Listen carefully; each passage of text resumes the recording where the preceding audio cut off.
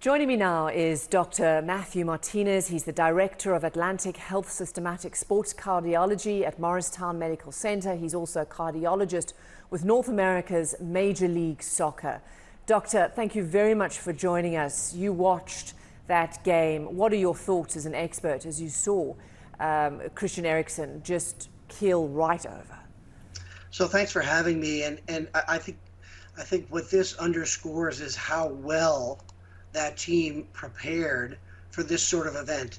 And I was impressed with the speed at which they got to the athlete. Very proud of the players who called over the athletic trainers, who sprinted towards the athlete and appropriately started to evaluate, started CPR, and then got that defibrillator on as soon as possible, which is really the best life-saving measure when this sort of event occurs.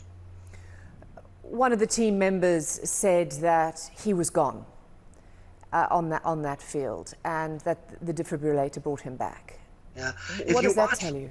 If you watch from moment to moment, things are fine until they're not fine. And he keeled over, completely was unable to brace himself, which are some of the hallmarks of a cardiac reason for passing out. Athletes fall on the pitch often. They pass out for a variety of reasons. But in this case, the mechanism, we think, was related to the heart because of the way he fell. So he did not brace himself. It was very abrupt. It was a non-contact fall. And the players, I thought, recognized it immediately. We have a problem. He's not responding. He doesn't look well.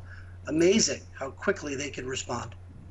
I mean, they saved his life, and the ref as well, and of course those medics. It was just an extraordinary, but also absolutely gut-wrenching 10 to 13 minutes as people didn't really know what was going on. And I think a lot of people and fans in the stadium have told us that they thought that they had lost their star player. Why would such a young, fit man at the top of his physical peak, essentially, as his athletic peak, have a heart problem like that, despite all the monitoring? So this is a rare event, but it does definitely occur.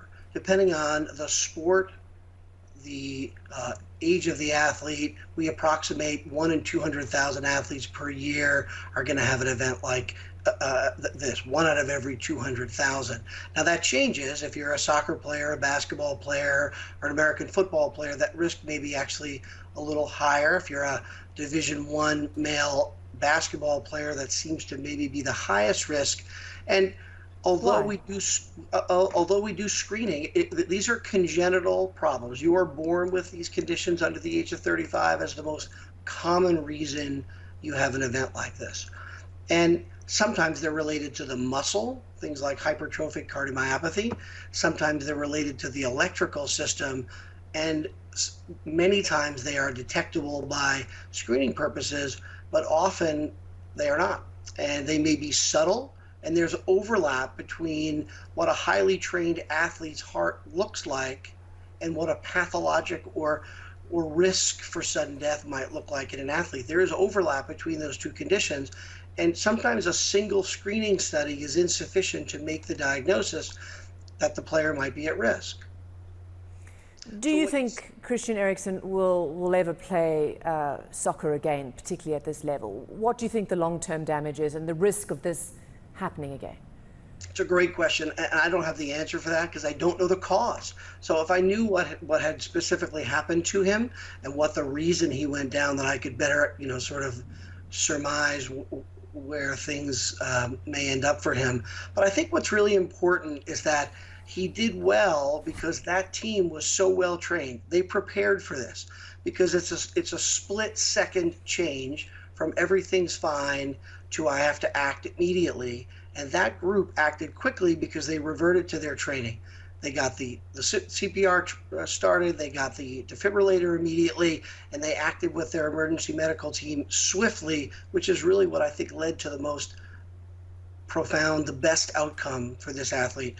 I hope he plays again. It really depends on what we find, if this is a reversible cause or if this is something that really requires additional therapies that may make it difficult for him to play. Dr. Matthew Martinez, really appreciate you joining us and giving us your expertise. Thanks so much. Thanks for all the work you do.